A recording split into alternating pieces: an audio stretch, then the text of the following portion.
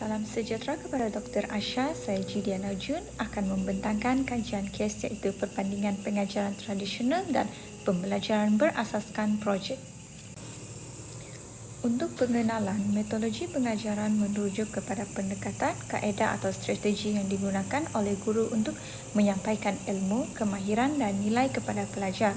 Ia merupakan salah satu cara yang sistematik dan terancang berdasarkan objektif pembelajaran, kepulauan pelajar serta konteks pengajaran.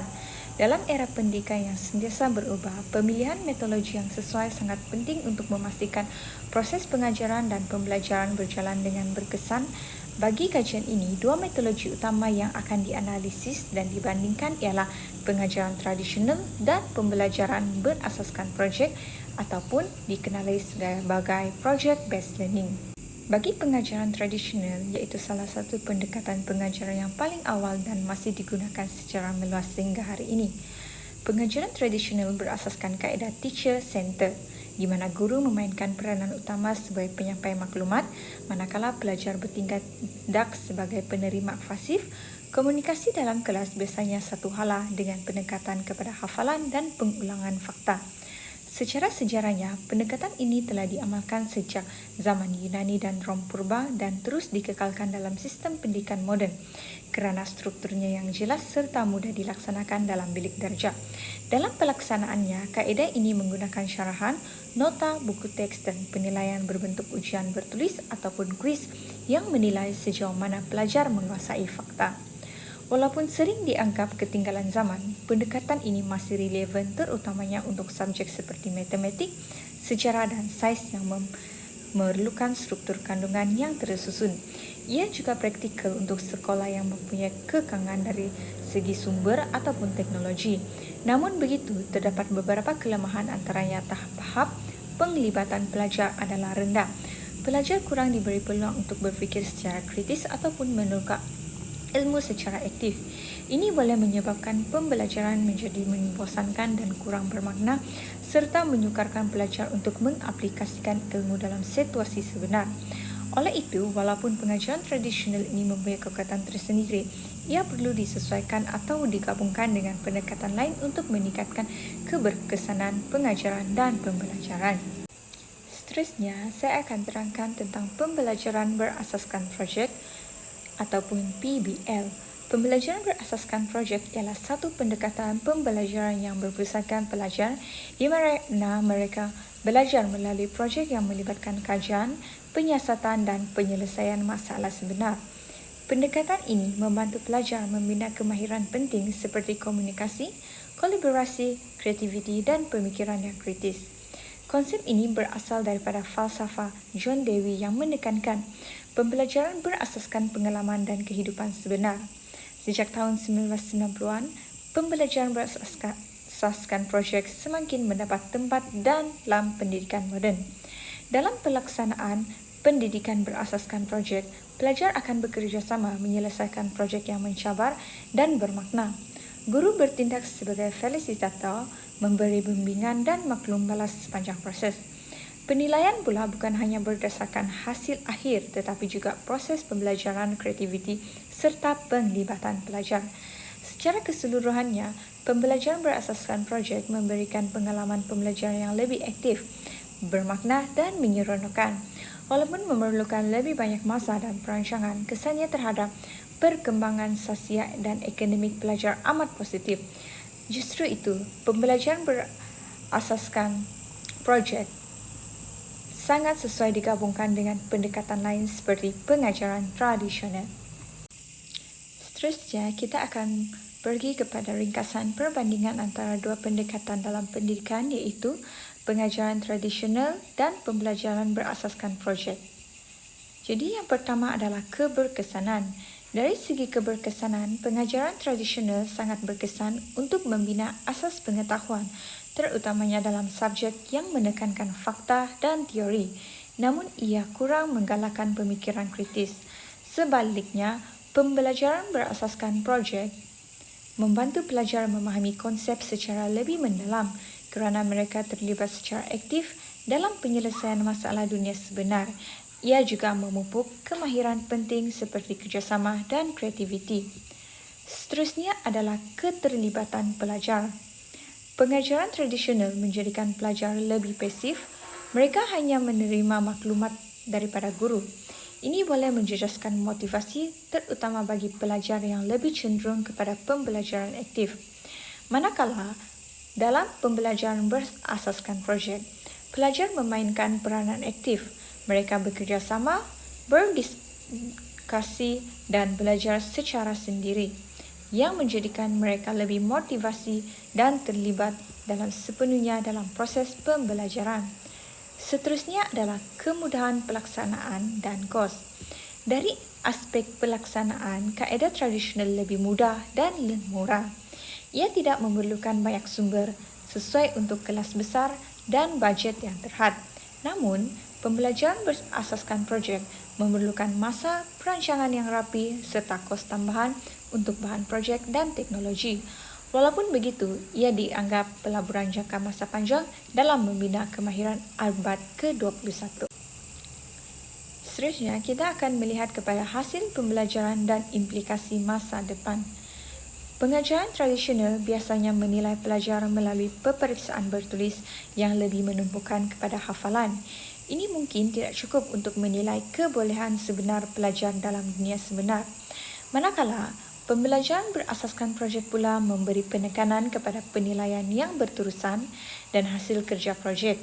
Ini dapat memberi gambaran lebih holistik tentang kebolehan seseorang pelajar dan sangat relevan untuk keperluan masa depan yang menuntut kreativiti dan pemikiran yang praktikal. Selain itu, nilai pembelajaran. Akhir sekali, dari segi nilai, pengajaran tradisional membentuk disiplin dan asas yang kukuh. Namun, pembelajaran berasaskan projek mendorong integrasi ilmu antara pelbagai kursus dan membentuk pelajar yang holistik, berdikari dan bertanggungjawab kepada masyarakat, iaitu selari dengan keperluan pembelajaran sepanjang hayat.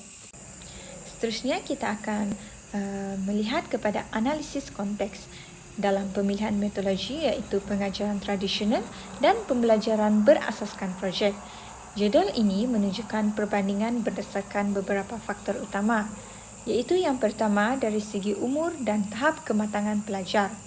Pengajaran tradisional lebih sesuai untuk pelajar muda seperti di sekolah rendah yang memerlukan struktur jelas dan arahan tepat. Contohnya, dalam subjek bahasa Melayu, guru boleh menggunakan ceramah dan latihan bertulis untuk mengajar tata bahasa dan kosakata.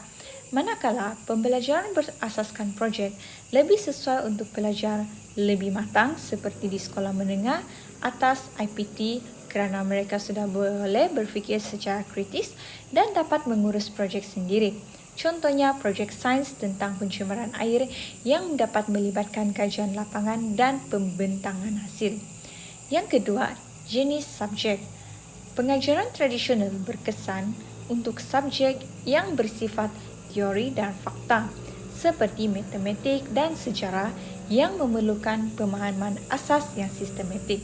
Contohnya, pengajaran formula matematik dan penyelesaian masalah menggunakan latihan bertahap. Sebaliknya, pengajaran berasaskan projek sesuai untuk subjek yang bersifat praktikal dan kreatif seperti teknologi kejuruteraan atau seni.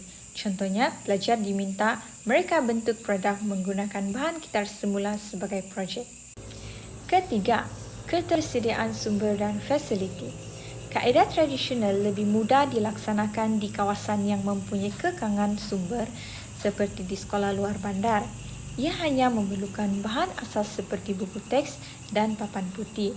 Manakala pembelajaran berasaskan projek memerlukan kemudahan lengkap termasuk komputer, akses internet dan ruang kerja khas. Contohnya, di Kolej Teknikal, pelajar perlu menggunakan makmal komputer dan peralatan canggih untuk menyiapkan projek kejuruteraan. Kesimpulan umum yang dapat dibuat mengenai dua metodologi pengajaran ini adalah, bagi pengajaran tradisional, ia sesuai untuk pelajar yang lebih muda dan subjek yang berasaskan teori dan tempat yang mempunyai sumber yang terhad. Manakala pembelajaran berasaskan projek sesuai untuk pelajar yang lebih matang, subjek yang memerlukan aplikasi praktikal dan institusi dengan fasiliti yang mencukupi. Gabungan kedua-dua pendekatan ini adalah salah satu strategi yang sangat seimbang dan holistik agar pembelajaran bukan sahaja berkesan tetapi juga dapat membentuk pelajar yang berpengetahuan dan berkemahiran tinggi. Seterusnya adalah kesimpulan dan cadangan mengenai kajian kes ini. Pemilihan metodologi pengajaran yang sesuai amat memainkan peranan penting dalam memastikan keberkesanan proses pembelajaran. Pengajaran tradisional menyediakan struktur yang sistematik dan memberi penekanan kepada asas teori yang kukuh. Pendekatan ini amat sesuai untuk subjek yang berasaskan fakta dan konsep seperti subjek matematik, sains dan sejarah, kerana ia dapat membantu pelajar menguasai pengetahuan asas secara teratur. Sebaliknya, pembelajaran berasaskan projek menekankan pembelajaran yang aktif dan kontekstual di mana pelajar didedahkan kepada situasi dunia sebenar. Melalui tugasan berbentuk projek, kaedah ini juga berupaya membangunkan kemahiran abad ke-21 dalam kalangan pelajar seperti pemikiran yang kritikal, penyelesaian masalah serta kemahiran berkolaborasi dan berkomunikasi.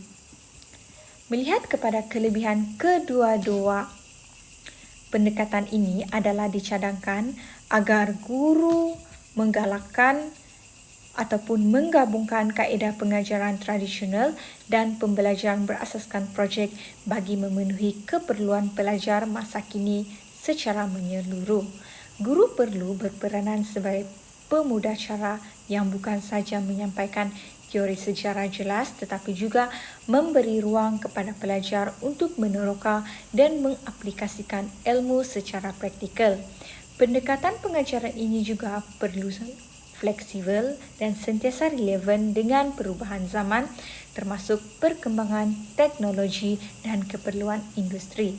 Hasil daripada pelaksanaan gabungan pendekatan ini, pelajar bukan sahaja mampu mencapai kecemerlangan akademik, malah turut berkembang sebagai individu yang berdaya saing, kreatif dan beretika dalam menghadapi cabaran masa depan. Oleh itu, ini sahaja kajian kes yang saya dapat buat. Terima kasih, Doktor. Maka tamatlah pembentangan bagi kajian kes saya. Terima kasih, Doktor.